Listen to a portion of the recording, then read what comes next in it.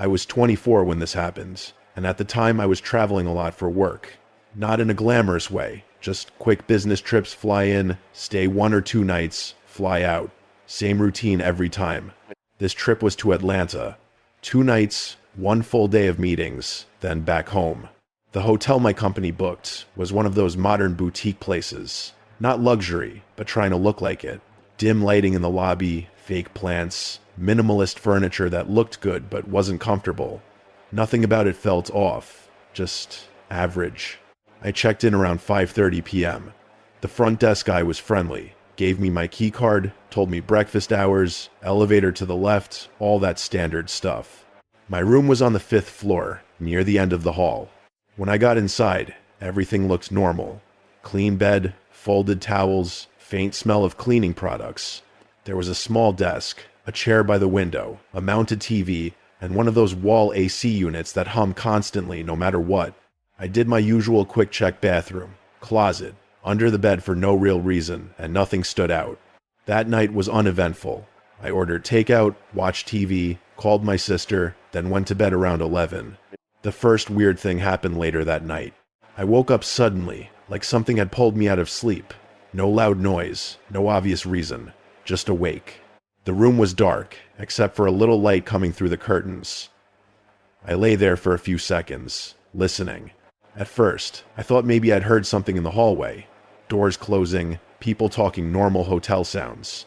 But then I got this feeling. It's hard to explain without sounding dramatic, but it felt like someone was watching me. Not that I saw anyone, not that I heard breathing, just that heavy, uncomfortable awareness, like I wasn't alone. I sat up and looked around.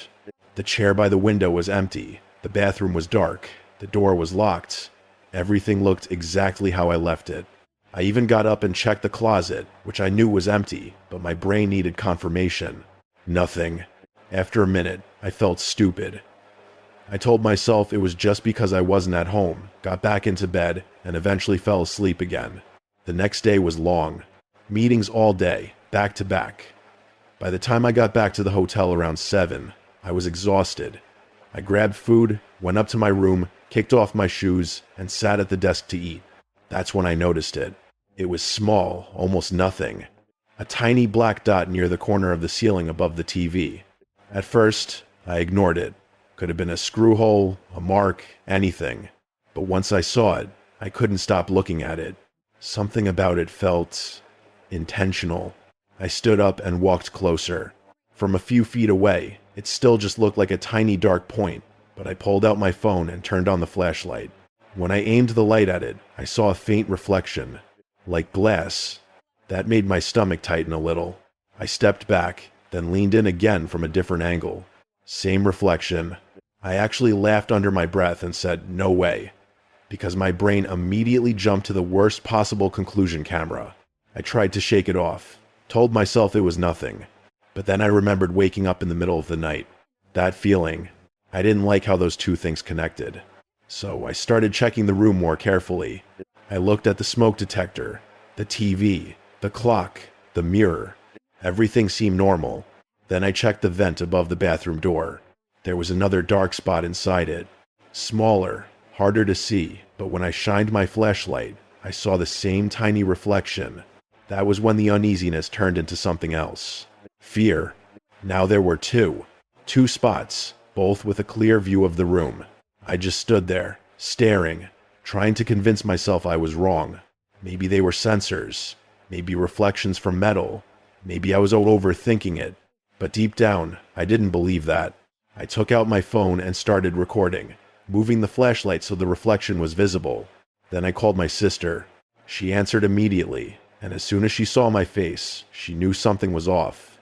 I explained everything: the black dots, the reflections, waking up in the night. She didn't laugh, didn't dismiss it. She just said, "Leave the room, right now." That snapped me into action. I grabbed my wallet, phone, and keys and walked out. I didn't even bother packing properly. At the front desk, I told the woman there that I thought there might be cameras in my room. Her reaction was strange. Not shocked. More like cautious. She said she'd call maintenance.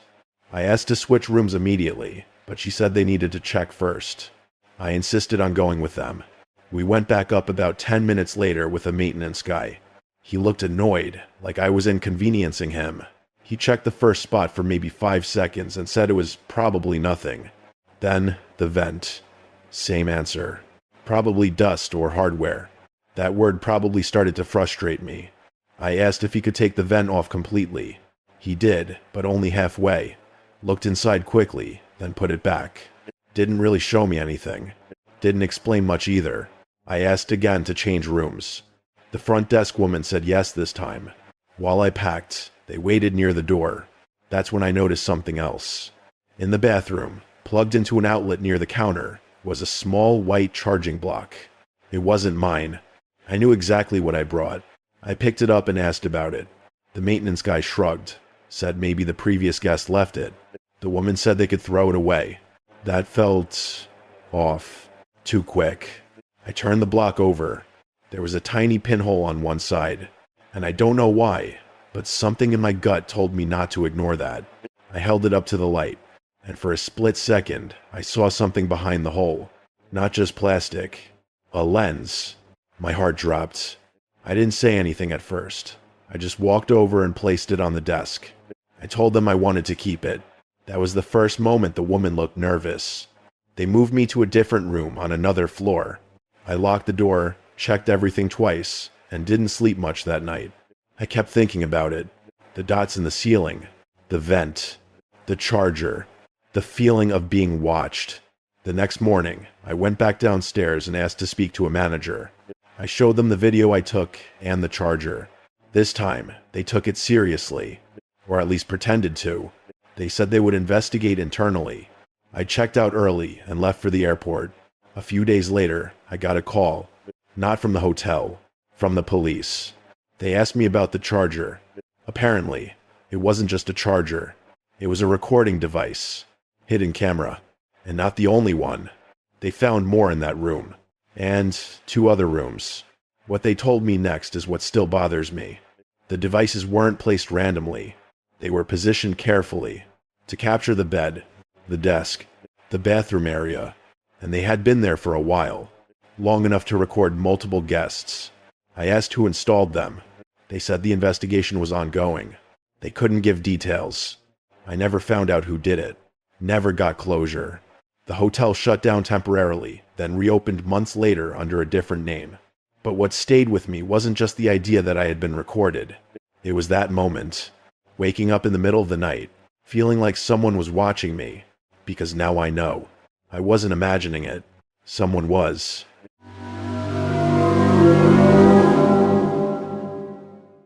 I used to work the late shift at a convenience store just outside the city.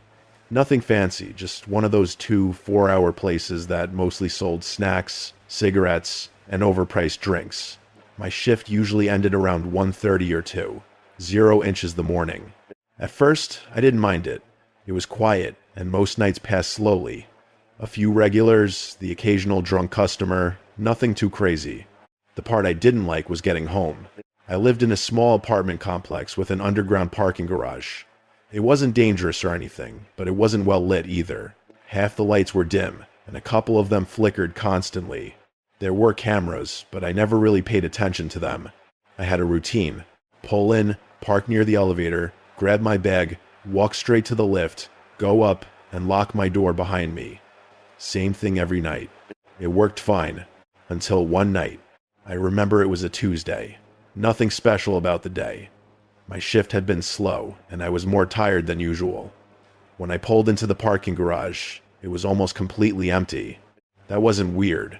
Most people were already home by then. I parked like usual and shut off the engine.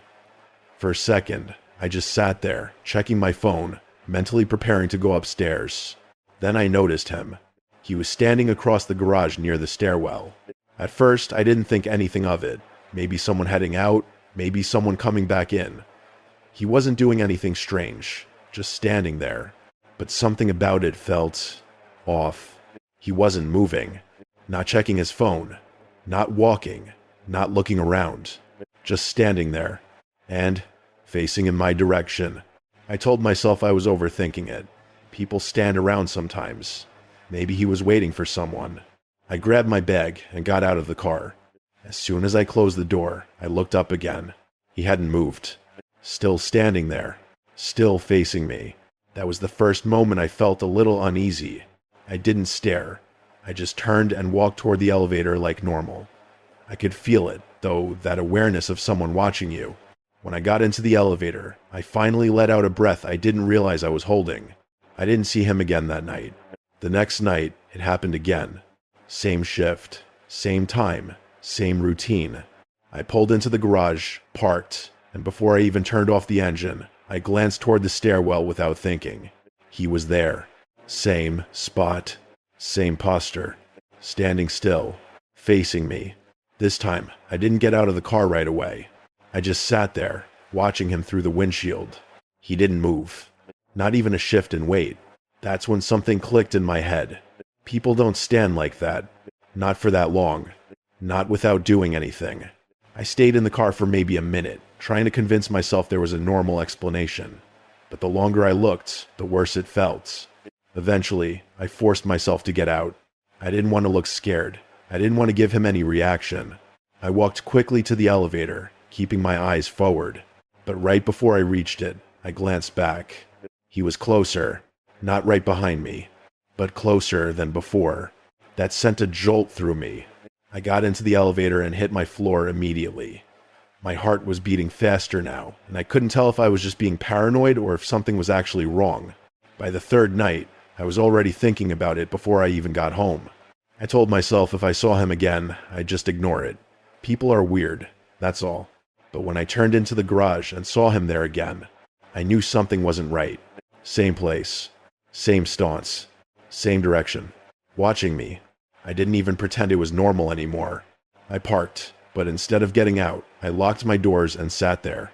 He didn't move. Minutes went by. Nothing. It felt like some kind of standoff. Eventually, I decided I wasn't getting out of the car. I put it back in drive and circled the garage, pretending like I was just looking for another parking spot. When I came back around, he was gone. Just gone. That should have made me feel better. It didn't. The next day, I asked the building manager about it. I tried to sound casual. Hey, do you guys have someone who uses the stairwell late at night, like around 2 a.m.? He looked confused. Said no. I described the guy briefly. Mid-30s maybe. Dark clothes. Just standing there. He shook his head. Said he hadn't seen anyone like that. Then he added something that stuck with me. You sure it's not just someone coming and going? Cameras would have picked it up. Cameras. I hadn't even thought about that. I asked if I could check them. He hesitated, then said he could review them himself and let me know. That didn't sit right with me. So that night, before my shift, I asked a friend who worked security in another building if he could help me understand how these systems worked. Long story short, I found out how to access a basic camera feed through the building's shared system. That night, after my shift, I didn't go straight to my apartment. I stayed in my car and pulled up the camera footage on my phone. I found the garage feed, rewound to the previous night, fast-forwarded to the time I arrived. There I was, pulling in, parking, sitting in the car, getting out, walking to the elevator. Everything looked exactly how I remembered, except for one thing. The spot where the man had been standing was empty. There was no one there. I rewound it again, watched it slower. Nothing. No figure. No movement. Just me. Alone. I felt this cold sensation spread through my chest. My first thought was that I had the wrong camera angle, so I checked another. Same result. Another. Still nothing. It didn't make sense. I knew what I saw. 3 nights in a row. Same person. Same place. But in the footage, there was nothing. I didn't go upstairs right away that night.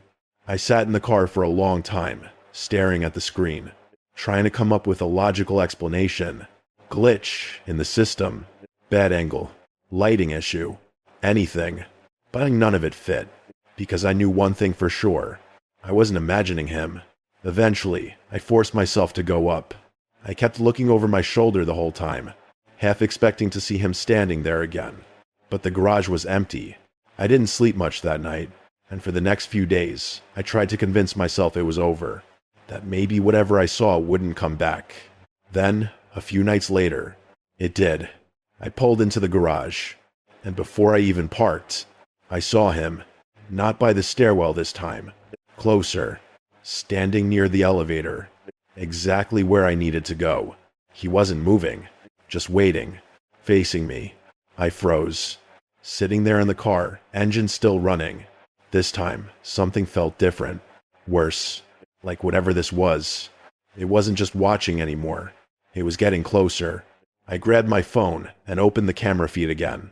My hands were shaking now. I pulled up the live view, switched to the garage, and looked at the screen. The elevator area was empty. I looked up. He was still there, standing in front of me, clear as day.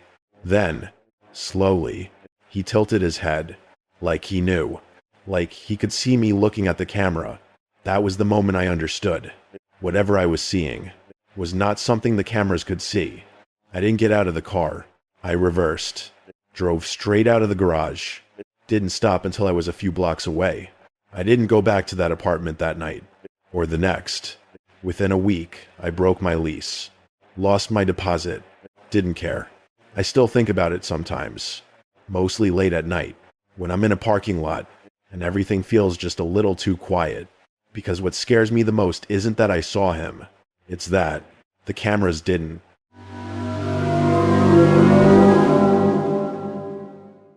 Last year, my girlfriend and I decided to take a short trip out to Palm Springs. Nothing big, we were both burned out from work and just wanted a quiet place to relax for a few days. No crowds, no schedules, just a pool, some sun, and silence. We found a small Airbnb about 15 minutes outside the main town. It was one of those modern desert houses, flat roof, big glass doors facing the backyard, white walls, concrete floors. Minimalist, but nice. The listing said it was very private, which was exactly what we wanted. We booked it for 4 nights. When we arrived, everything looked just like the photos. The house sat a little isolated, with desert stretching out behind the back fence. You couldn't really see neighbors, just distant rooftops and open land.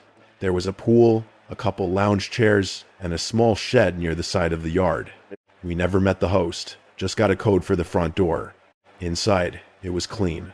Almost too clean, like no one had lived there in a while. But nothing felt wrong. At least not at first. The first day was completely normal. We unpacked, went out for dinner, came back, watched a movie, and went to bed. Sometime in the middle of the night, I woke up. Not fully. Just that half-awake state where you don't know why you're up. I thought I heard something outside. A soft thump, like something lightly hitting the wall. I stayed still, listening. Nothing else. I told myself it was probably wind or the house settling. Desert areas get weird, temperature changes at night. Things expand, contract. It made sense. So I went back to sleep. The next day, we stayed by the pool most of the time. At one point, while we were lying there, I thought I heard a voice. Not close. Far away. Like someone calling out something. I asked my girlfriend if she heard it. She said maybe, but it could have been someone in the distance. Sound travels weird in open areas. We laughed it off. But later that afternoon, when I went inside to grab a drink, I noticed something strange. The back door, the big sliding glass one, was unlocked. I was almost certain I had locked it that morning. I didn't say anything at first. I just locked it again and went back outside. I told myself I probably just forgot. That night, we heard more sounds. Small things. Light taps. A faint dragging noise once or twice. Each time, we explained it away. Wind. Animals. The house. Nothing we couldn't rationalize. By the third night, though, it was different. We went to bed around midnight. I wasn't fully asleep yet, just lying there, scrolling on my phone. That's when I noticed light leaking through the edges of the blinds. At first, I thought it was a car passing by, but the light stayed on. I sat up and looked more carefully. One of the motion lights in the backyard was on. I watched it for maybe 20 seconds. Then it turned off. A few seconds later, another one turned on further along the side of the house. Then another, closer to the pool. It didn't feel random. It felt like something was moving, walking. I told my girlfriend someone might be outside. She immediately got nervous and told me to close the blinds. I did, but we both sat there in silence, listening. The lights kept turning on, one after another, like something circling the house. She kept telling me not to go outside. I told her I just wanted to check. Even as I said it, I knew it was a bad idea, but I couldn't shake the feeling that someone might be trying to get in. So I went into the kitchen and grabbed one of the bigger knives. Didn't tell her. Didn't want to make it worse. My hands were already shaking. I opened the sliding door slowly, stepped outside. It was completely quiet. No wind, no movement, just that heavy stillness. I walked around the pool area, scanning the fence, the corners of the house. Nothing. After a few minutes, I started to feel stupid. Maybe it really was just an animal. Maybe I overreacted. Then I saw the footprints. In the sand near the side of the house. Clear shoe prints. Not ours. Not animal tracks. Human. My heart started pounding immediately. The prints led toward the shed. That small storage shed near the side of the yard. I followed them slowly. Every step felt heavier. More wrong. When I got to the shed, the door was closed. The footprints ended right in front of it. I stood there, about a few feet away, listening. Trying to hear anything. Breathing. Movement. Anything. At first, nothing. Then, very clearly, from inside, a man's voice. Calm. Normal. Almost polite. "Hey, could you open the door for me?" I froze. Completely. My brain couldn't process it fast enough. Then, a quiet laugh. Soft. Like he found something funny. That snapped me out of it. I turned and ran. Didn't look back. Didn't say anything. Just ran straight into the house. Locked the door. My girlfriend was already standing there, panicking. I told her someone was in the shed. She didn't believe me at first. Then she saw my face, and she knew I wasn't joking. I called the police. We stayed inside. Every noise felt louder. Every second stretched. While we were on the phone, the lights outside turned off. Then, a few seconds later, turned back on. Again, like something was still moving. It took about 20 minutes for the police to arrive. Longest 20 minutes of my life. When they got there, they checked the backyard first. Then, the shed. They told us to stay inside. After a few minutes, one of them came back. Said no one was inside. That didn't make sense. I heard him, clear as day. They looked around more carefully. That's when they found it. Inside the shed, water bottles, food wrappers, a blanket. Someone had been staying there. One of the officers said it happens sometimes. People find empty or rented properties and hide in them, especially in isolated areas. But then he has something that made everything worse. Have either of you been missing anything? We both said no. At least, we didn't think so. Then another officer came inside, holding something. A dirty baseball cap. He said they found it behind the couch. We both immediately said it wasn't ours. I knew it wasn't there before. I would have noticed. The officer nodded slowly. Didn't say much. Just said it was possible the person had been inside the house. That was the moment everything shifted. The shed was one thing. But inside the house? That meant he wasn't just outside. He had already been in. At some point. Maybe while we were there. Maybe while we were sleeping. We packed immediately. Didn't argue. Didn't question it. Just got out. We drove back into the city and stayed in a motel. Didn't even care about the money. We contacted the host. No response. Not even an apology. Airbnb eventually refunded part of the trip. But that didn't matter. What stuck with me wasn't just that someone was outside, or even in the shed. It was the voice. The way he sounded. Calm. Like it was normal. Like he expected me to open the door. And sometimes, late at night, I still think about that moment. Standing there, just a few feet away, from a door I almost opened.